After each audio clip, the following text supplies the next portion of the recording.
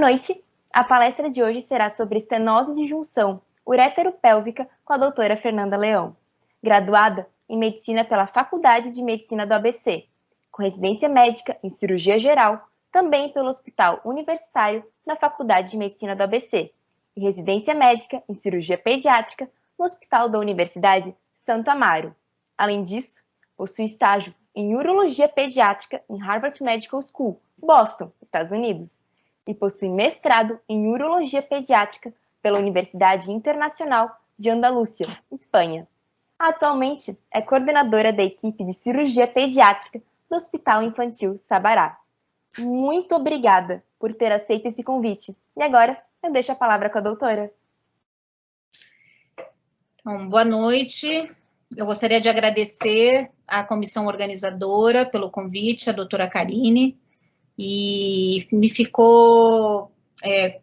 eu fiquei responsável por falar sobre estenose da junção uretero-piélica. Quando a gente fala de estenose da junção uretero-piélica, a gente está se referindo a essa obstrução que ocorre entre a pelve e o ureter, onde ocorre uma dificuldade da drenagem do rim, e o que causa uma dilatação progressiva nessa parte coletora de pelve e cálices renais.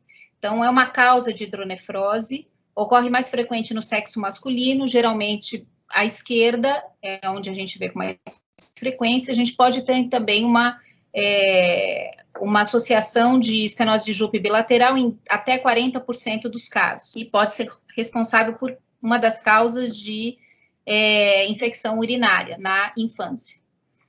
A obstrução, ela pode ser intrínseca, como a gente vê aqui, uma pelve bem dilatada, um ureter bem estenótico, com uma obstrução intrínseca, que o ureter a gente consegue ver aqui para baixo.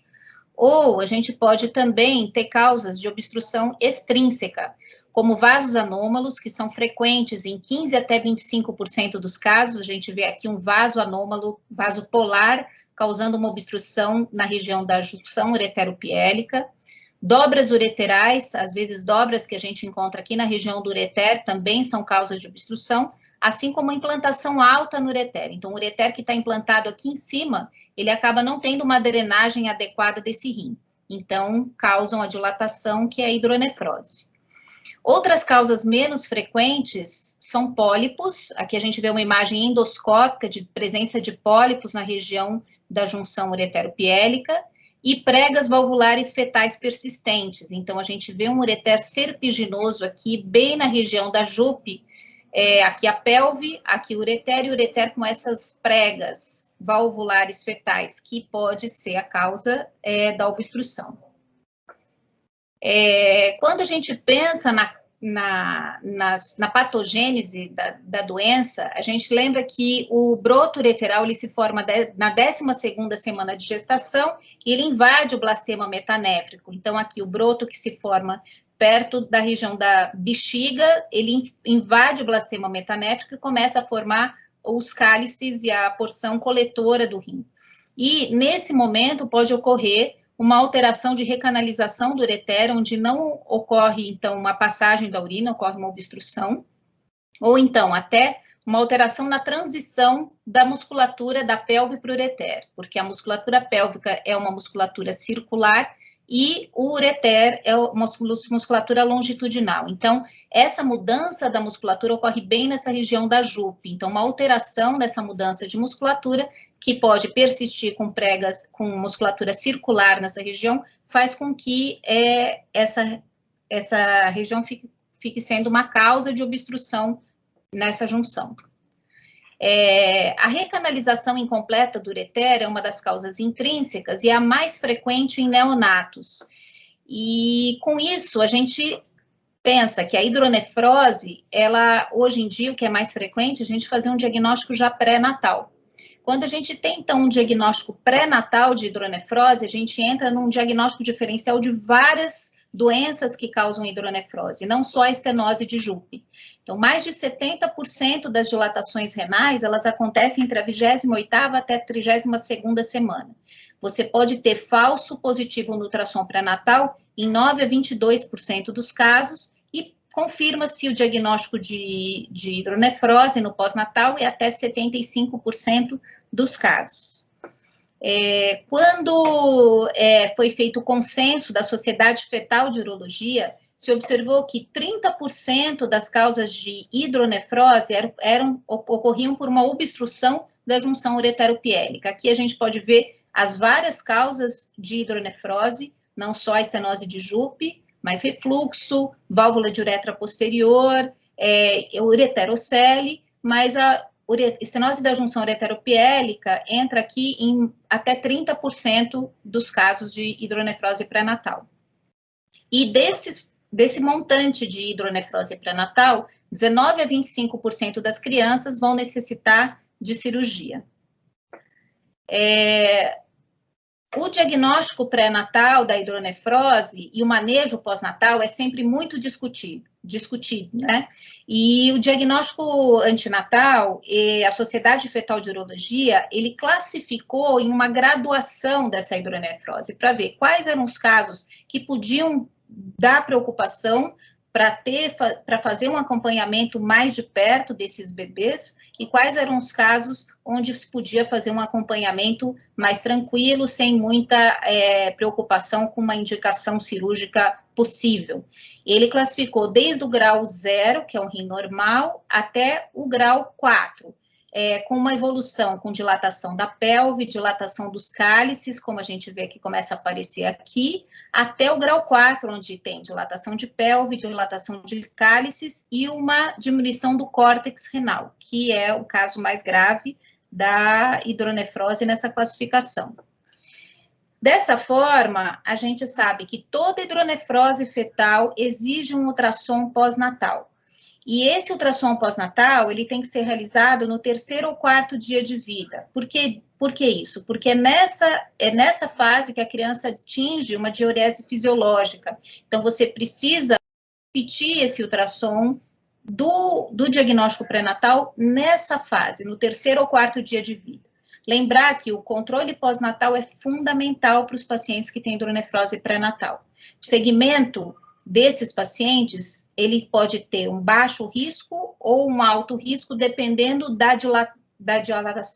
do diâmetro antero-posterior da pelve, que a gente chama de DAP. Quando a gente tem um diâmetro antero-posterior da pelve, que é essa medida aqui, que os ultrassonografistas fazem, quando é acima de 10 milímetros no 3º trimestre da gestação, a gente sabe que é um segmento próximo, vai ser necessário nesses pacientes. Já quando tem essa medida entre 5 e 9 milímetros, o risco é menor.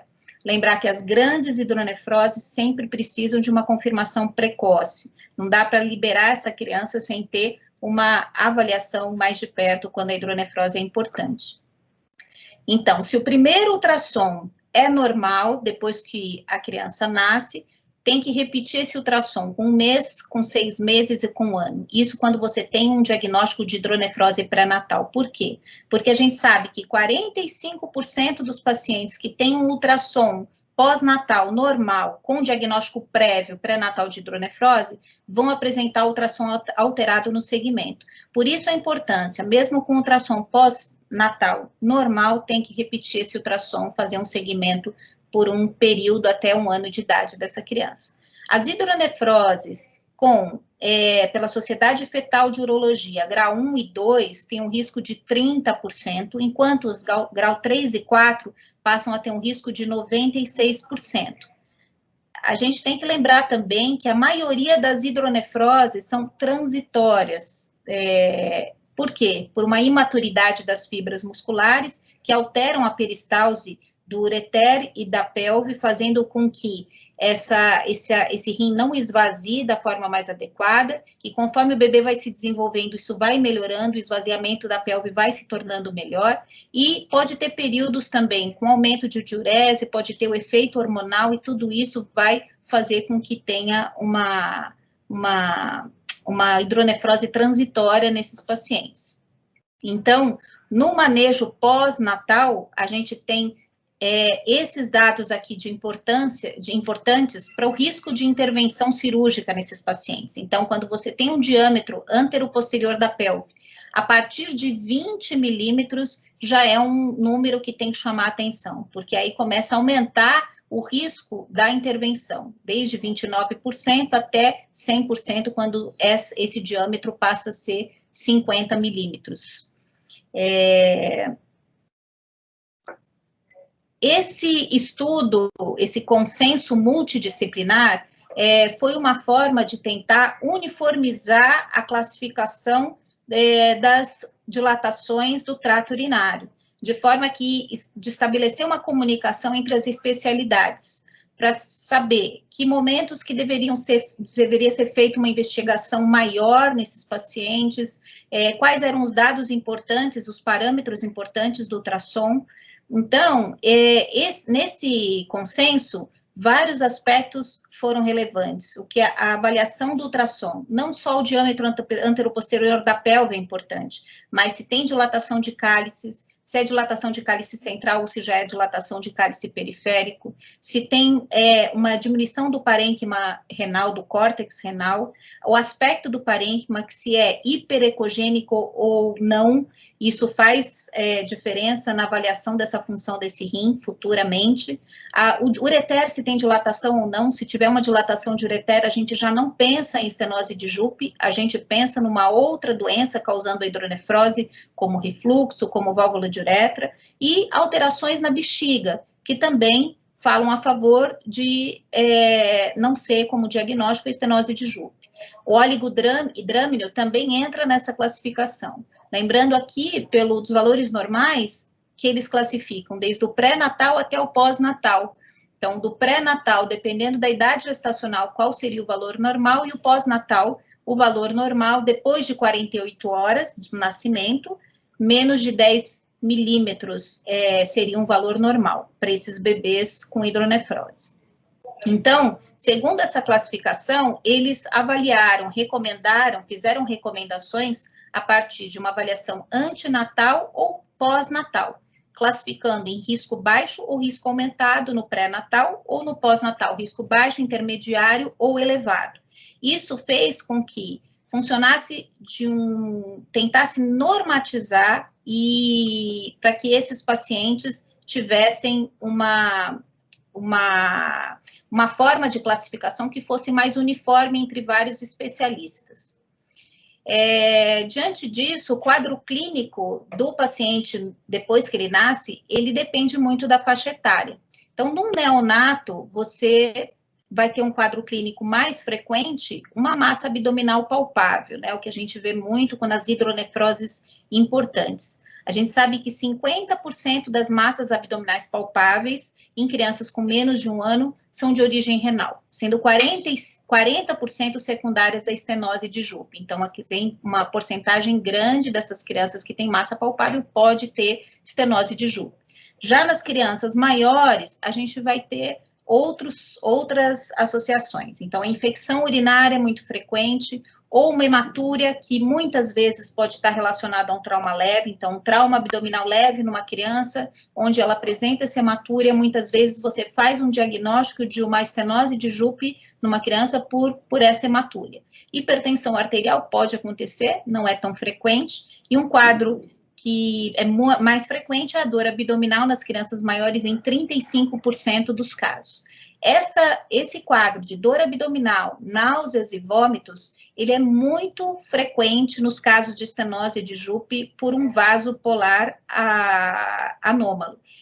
A obstrução da estenose de Jupe por um vaso polar pode dar um quadro que é recorrente e transitório. Quando a criança ingere muito líquido, a pelve distende, dobra por cima desse vaso polar e faz ter quadro de dor abdominal, náusea e vômito. É a partir do momento que essa pelve esvazia, o quadro melhora. E é muito interessante nesses pacientes que, no momento da dor, no momento do quadro clínico, o ultrassom tem uma hidronefrose importante. Se você repete esse ultrassom num outro momento da criança, ele não tem a mesma dilatação dos rins. Então, esse quadro sempre chama atenção por uma obstrução extrínseca nesses pacientes. Então, o diagnóstico da estenose de Jupe, ele é feito principalmente do ultrassom, com ultrassom, principalmente ultrassom evolutivo, um único ultrassom não determina o diagnóstico, não determina o tratamento correto para fazer naquele momento. A evolução ultrassonográfica é muito importante para avaliar essas crianças. A cintilografia feita com MAG3, ela vai conseguir avaliar a função renal, o esvaziamento desse rim, mas nas crianças menores, que essa cintilografia nem sempre a gente consegue fazer no nosso meio, porque é mais difícil a gente ter essa substância para poder realizar o exame, não são todos os lugares que tem. Cintilografias com DTPA e DMSA são marcadores que você vai utilizar para ver a função glomerular e a função tubular do rim, para poder avaliar tanto a função desse rim, como a excreção desse rim. Urografia excretora é um exame que a gente realizava muito no passado, hoje em dia a gente realiza muito pouco, porque a gente tem outras possibilidades. O ultrassom hoje traz muito mais informação e às vezes não é necessário fazer um exame como uma urografia excretora. Além disso, a radiação é muito maior e a gente acaba não precisando mais fazer esse tipo de exame. Hoje em dia a gente tem a uroressonância, que muitas vezes, além da parte funcional do rim, ela consegue avaliar a excreção, a eliminação da urina por esse rim. E dessa forma, você também consegue avaliar na uroressonância qualquer alteração anatômica. Um vaso polar, às vezes, é muito mais fácil de você conseguir ver numa uroressonância. E a tomografia, que também é uma outra possibilidade quando você não dispõe da uroressonância.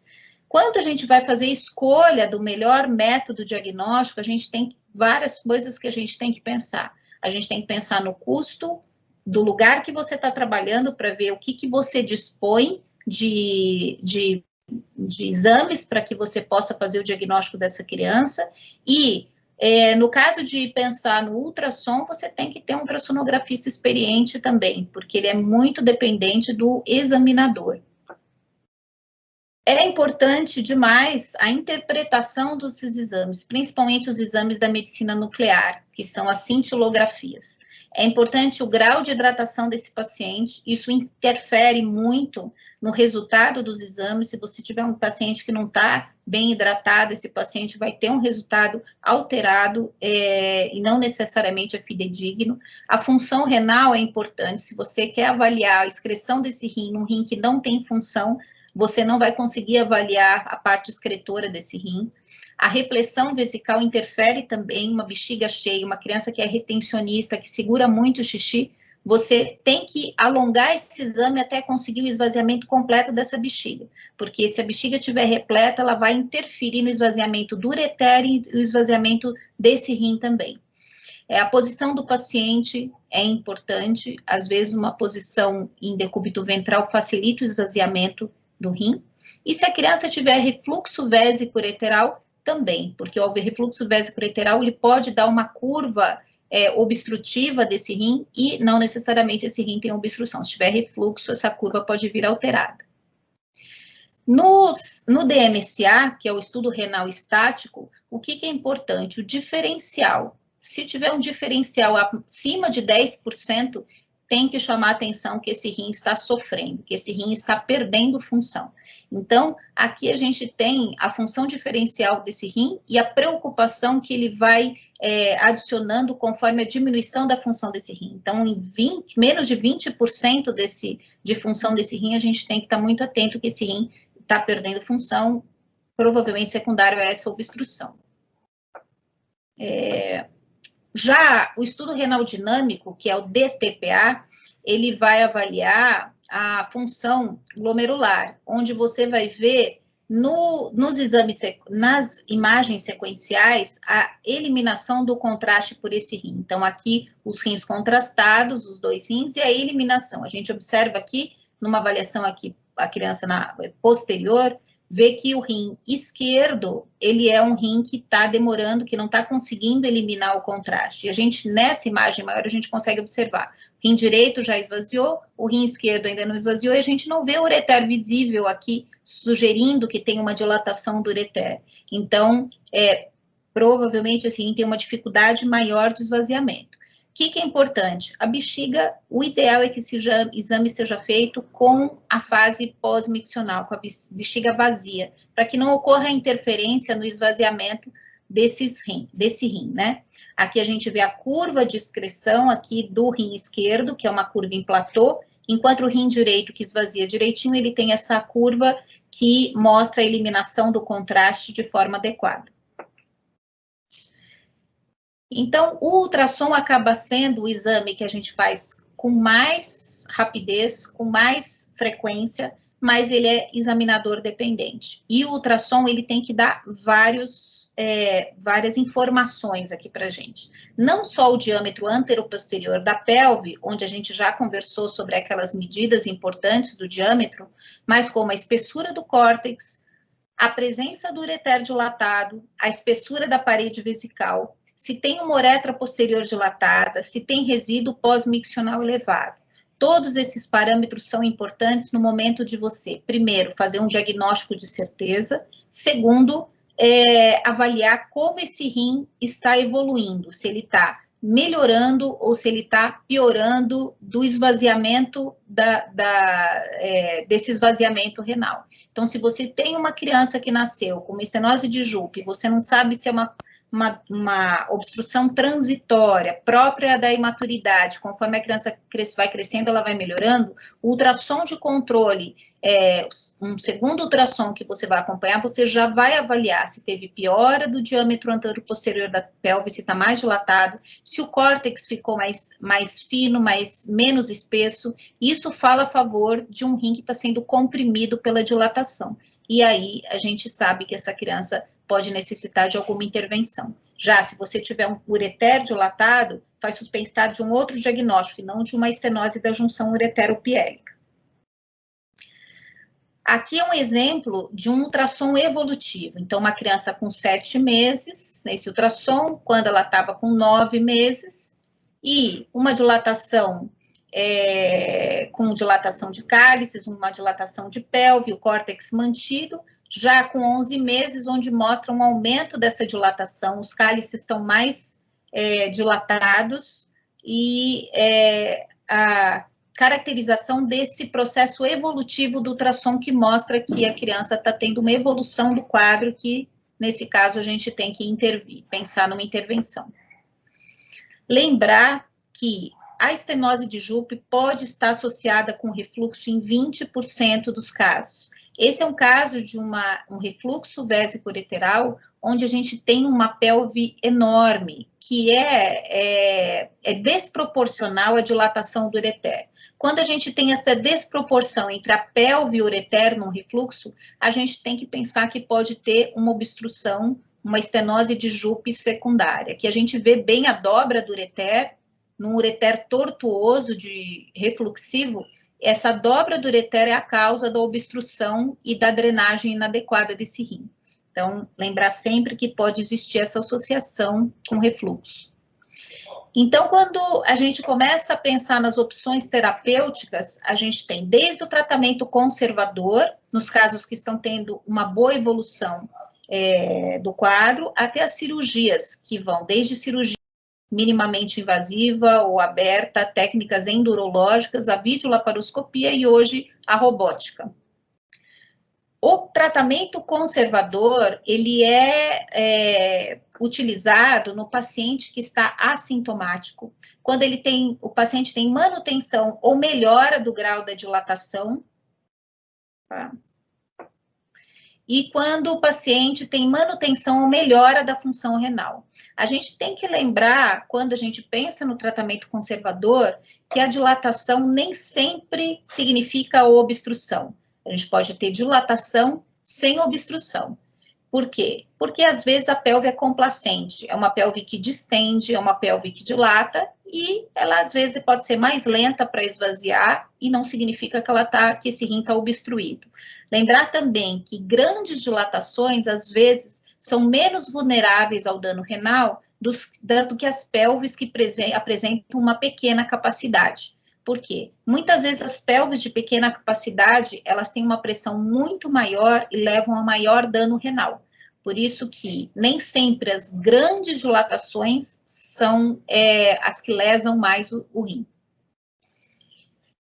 Então, a indicação cirúrgica vai ser quando tem dilatações pela Sociedade Fetal de Urologia grau 3 para 4, com diâmetro anteroposterior da pelve acima de 20 milímetros, as curvas obstrutivas com função renal abaixo de 40%, a persistência ou aumento da dilatação, a presença de sintomas, no caso de uma estenose de Jupe por um vaso polar, sintomas recorrentes, pielonefrite, então um paciente que você está fazendo acompanhamento dessa estenose de Jupe que não está piorando, de repente apresenta um quadro de pielonefrite, passa a ser cirúrgico. A presença de litíase, ou então se você tem uma estenose de Jupe num rim único, esse rim único não dá para ficar apenas fazendo um acompanhamento e com o risco de perder esse rim. Então, diante dos fatores determinantes, né, da escolha do procedimento, é importante a idade que o paciente está, os métodos diagnósticos, se você tem, por exemplo, uma ressonância que mostra que tem um vaso polar, você já sabe que é uma obstrução por uma estenose de Jupe por vaso polar, uma obstrução extrínseca. Então, você pensa num método terapêutico diferente. O equipamento e o material disponível que você tem, se você tem endoscópio, se você tem aparelho de vídeo para poder fazer um tratamento videolaparoscópico. E a experiência também da equipe cirúrgica. Não adianta ter todos os métodos, mas não ter experiência no método. Então, é importante ter experiência.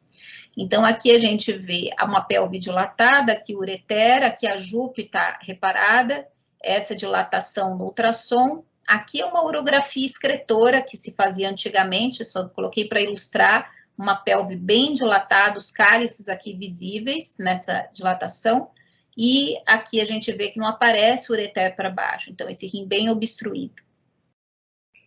Lembrar que a equipe cirúrgica tem que estar treinada, a anestesia tem que ser por equipe capacitada, o instrumental cirúrgico tem que ser adequado e delicado, a gente está mexendo com estruturas muito delicadas, então precisa de um material cirúrgico delicado e adequado. A lupa cirúrgica, onde aumenta 2,5 até 3,5 vezes, isso vai dar uma qualidade na sua sutura da sua anastomose muito maior. Isso a gente vê aqui nessa equipe, todos com lupa operando. Até quem estava como segundo auxiliar está com a lupa também em campo. A presença, a colocação de sondas, de drenos, derivações internas, eu vou comentar um pouquinho mais para frente, depende da experiência de cada cirurgião e a decisão de cada cirurgião.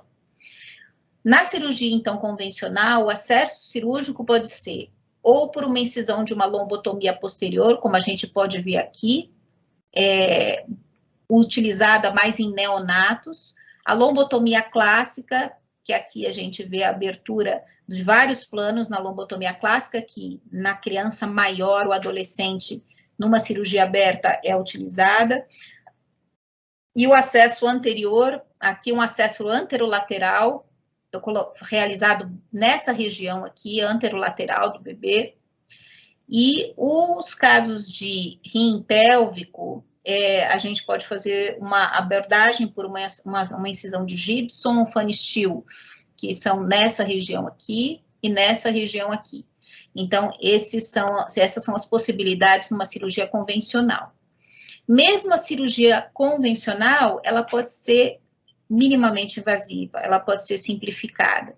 Aí é o questionamento, se vale a pena fazer uma videolaparoscopia num lactente, numa criança pequena, onde a incisão é muito pequena, 2 centímetros de incisão, você tem acesso, aqui a pelve, aqui a Jupe, o local da obstrução está aqui, você consegue fazer a cirurgia por esse acesso e a criança tem alta no dia seguinte. Às vezes, esse autor, ele dava alta até, o Eduardo Ruiz dava alta até com 24 horas, menos de 24 horas de cirurgia. Então, qual que é a validade na escolha? Por isso que a idade aqui da criança e o caso é importante na definição do modo de tratamento, da escolha da técnica cirúrgica. Esse é um caso de acesso posterior, aqui a gente vê a coluna, está com marcação para ilustrar. Aqui o acesso posterior da lombotomia, e a pelve com ureter. Aquele ureter que por presença de pregas ureterais fetais que causou obstrução. Aqui a gente vê bem. Independente do acesso cirúrgico, a técnica cirúrgica que é mais utilizada é a pieloplastia desmembrada, a técnica descrita por Anderson Heinz em 1963, onde é retirada essa área estenótica, então o ureter aqui é espatulado e é ressecado aqui uma porção da pelve dilatada e é feita uma anastomose ampla desse ureter com essa pelve para que tenha uma drenagem satisfatória. Outras possibilidades técnicas também. A técnica de Foley, ela é utilizada quando você tem uma implantação alta do ureter, ela não é uma técnica não desmembrada. Então, numa implantação alta do ureter, ou desmembra, ou se for pensar numa técnica não desmembrada, a técnica de Foley é utilizada nessas situações. Então, você transforma uma implantação alta numa forma de funil da pelve com ureter, que vai ter um esvaziamento mais adequado. A pieloplastia não desmembrada, descrita por Culp e Scardino em 1951, ela é uma técnica utilizada quando você tem estenoses longas do ureter. Então, quando você está diante de uma estenose longa do ureter, onde você não consegue fazer uma anastomose sem tensão aqui, uma possibilidade é rodar como se fosse um retalho dessa pelve e anastomosar com o ureter, fazendo com que aumente o calibre desse ureter. Então, é outra possibilidade também. Essas outras técnicas são menos utilizadas do que a desmembrada. A desmembrada é a mais utilizada por todos. Algumas vezes você está diante de uma situação onde a dilatação é maior intrarrenal e você não tem espaço para fazer uma anastomose aqui nessa pelve. E aqui é o local da estenose da junção. Então, nessas situações, você precisa, às vezes, fazer uma anastomose com cálice renal. Então, aqui, uma ureterocalicostomia. São casos de exceção, mas é importante saber como é feito, de saber essa técnica por uma situação que você se vê diante de uma situação dessa, você saber utilizar no momento que é mais adequado. Então, num bebê lactente que precisa fazer uma pieloplastia simultânea bilateral, muitas vezes uma estenose de Jupe bilateral, que você tem que fazer uma abordagem, o acesso posterior é bem utilizado. E aqui a colocação do duplo J, que é um catéter de derivação interna, que é colocado dentro da pelve, passa pela anastomose e vai até a bexiga. Esse catéter vai ajudar na drenagem desse rim, enquanto o paciente estiver no pós-operatório. Aqui esses drenos são deixados próximo à anastomose, na loja renal, porque se tiver algum vazamento de urina por esses pontos da anastomose, você consegue ter essa drenagem e não fica acumulado nesse espaço perirenal. Em relação à drenagem, existem várias formas de drenagem, isso depende de cada cirurgião, é escolha de cada cirurgião, desde as nefrostomias, deixar uma sonda que fica dentro do cálice renal e passando pelo cálice dentro da pelve renal para que tenha uma drenagem da urina e não tenha tanta urina passando pelo local da anastomose. Lembrar que a anastomose vai ter um edema no pós-operatório e às vezes ela não tem uma drenagem tão adequada. Então, a nefrostomia teria essa função de ajudar a não dilatar esse rim enquanto estiver tendo a melhora do edema da anastomose. Existe o catéter do duplo J, esse catéter, essa ponta fica dentro do rim, essa ponta dentro da bexiga, e esse catéter passa transanastomótico, que é o mais utilizado. A desvantagem é que você vai precisar fazer um procedimento depois para tirar esse duplo J, que entra com uma cistoscopia, pega o catéter para retirar esse catéter, então é uma limitação nos serviços que não tem cistoscópio para se fazer isso. E esse catéter é o catéter de Sally, Pipi Sally, que descreveu, que possibilitou a utilização desse catéter, é um catéter que passa transanastomótico, essa região fica dentro da pelve renal e ele passa pelo cálice como se fosse uma nefrostomia, ele sai pela pele. Então, a vantagem é que você não vai precisar anestesiar a criança depois para tirar esse catéter por cistoscopia. Depois que você tem o tempo de drenagem dessa anastomose, estiver bem drenado, e muitas vezes você pode até fazer um exame contrastado através dele para ver se está drenando bem para baixo essa urina, passando bem pela anastomose, e aí você pode retirar esse catéter sem necessidade de um procedimento anestésico a mais. Quando a gente fala da cirurgia minimamente invasiva, a gente sabe que ela foi popularizada nas últimas décadas.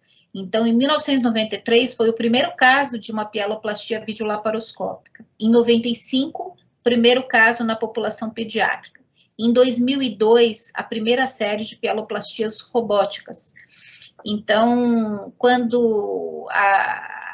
o objetivo da pieloplastia laparoscópica é você ter, além da estética, não ter a incisão cirúrgica, ter também uma melhor recuperação para essa criança, em termos de pós-operatório, menos tempo de dor no pós-operatório, porque não tem uma incisão, são orifícios, né? Menos tempo de internação hospitalar. Então, aqui a localização, o posicionamento dos trocártes, a ótica umbilical, o posicionamento das pinças para trabalhar nessa pelve renal. Aqui a gente vê um catéter transureteral através da anastomose sendo exteriorizado aqui. Peters foi um dos pioneiros em 1995, Tan em 99 também fazia muito das pieloplastias. Em relação à pieloplastia robótica, a gente tem a limitação do instrumental, né, para a criança. Aqui a gente vê os braços do robô, né, as pinças utilizadas, são pinças de um calibre maior, o que vai limitar muito em que criança você vai conseguir utilizar esse tipo de abordagem, porque crianças pequenas não vale a pena, você ao invés de ganhar uma incisão, você ganha várias incisões de tamanho maior, talvez numa criança maior, aí já vale a pena. Com o tempo, talvez com a diminuição dos instrumentos, né, cirúrgicos, pode ser mais utilizado em crianças. Ainda a gente tem essa limitação nas crianças menores. Peters, em 2002, foi quem mais utilizou. Qual que é a vantagem do robô?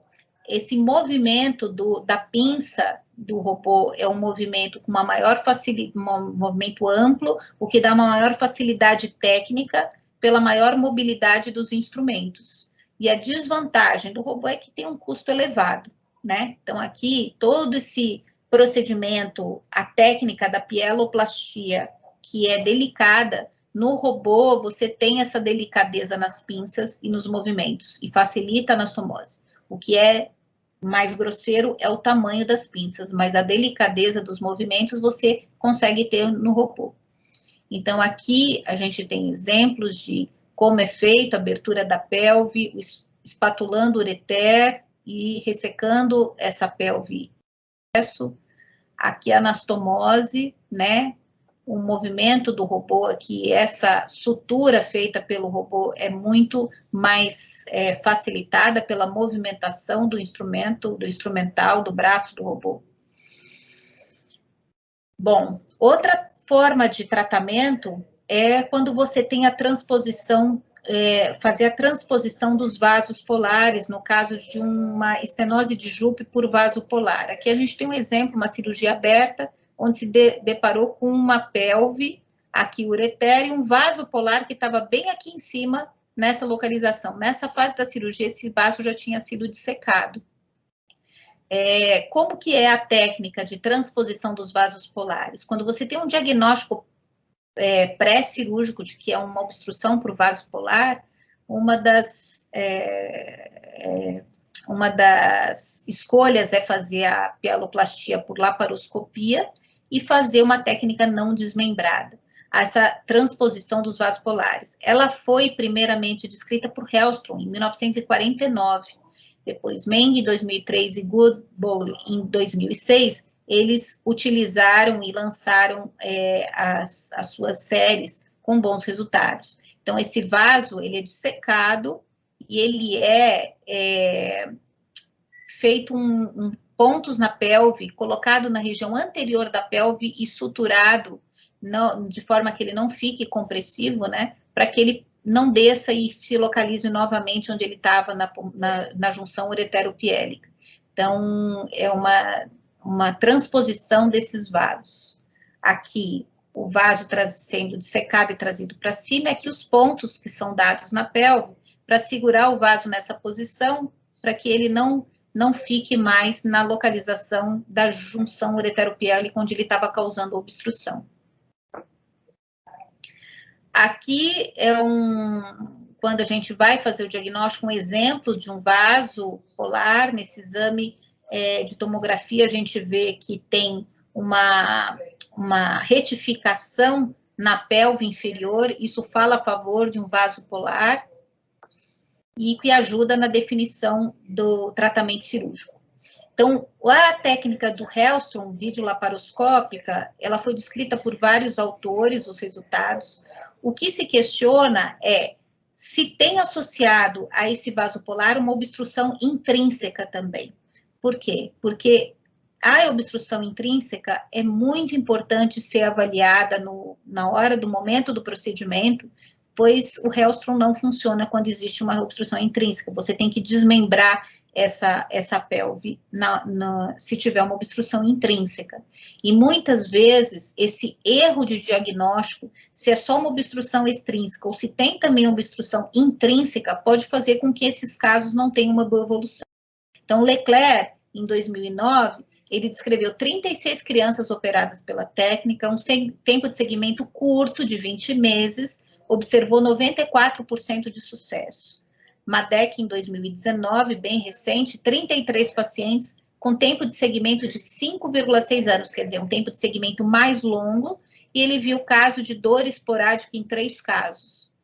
Miranda, para tentar, em 2015, para tentar tirar essa dúvida, se tem obstrução intrínseca ou não, ele sugeriu fazer o teste de Whittaker no intraoperatório, que é um teste que é feito com medida de pressão da pelve. Então, faz a medida de pressão, transpõe o vaso e faz a medida de pressão novamente. Se essa pressão cai na pelve, significa que essa pelve foi descomprimida e o tratamento foi efetivo. Pollock, em 2019, ele já refere que a observação intraoperatória é extremamente importante para definir se você conseguiu ou não provocar um bom esvaziamento da pelve depois de retirar o vaso daquela posição. Aqui a gente tem um exemplo intraoperatório, a gente tem um vaso polar que estava nessa posição e aqui já foi após a dissecção e trazido para cima, na região da pelve. Aqui a gente consegue avaliar o esvaziamento da pelve no momento que a gente mexe aqui no vaso polar. Aqui, observando então esse esvaziamento da pelve adequado, depois do vaso ser transposto, a gente consegue então fazer a técnica aqui já com os pontos dados, o vaso colocado na posição anterior da pelve e esse ureter enchendo, esvaziando de forma adequada. Bom, esse outro autor, ele observando nas cirurgias, ele viu que tinham o Schneider, né? Em 2013, ele viu que tinham 3 tipos de forma de apresentação desse vaso polar. Um vaso na posição anterior da pelve, outro bem em cima da jupe, e outro que causava, então, essa dobra da pelve por cima do vaso. Como a gente vê aqui, essa dobra da pelve, o ureter dobrado e o vaso passando bem aqui. Ele acredita que a forma que se beneficia mais se beneficia com a técnica de transposição de vaso polar é o tipo 3. Isso foi observação desse autor. Falando um pouquinho de cirurgia endourológica, né, para o tratamento de JUP.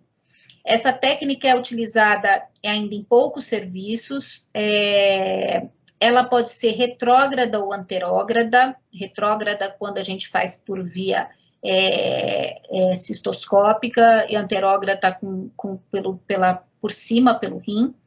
A seleção de pacientes para essa técnica é muito importante.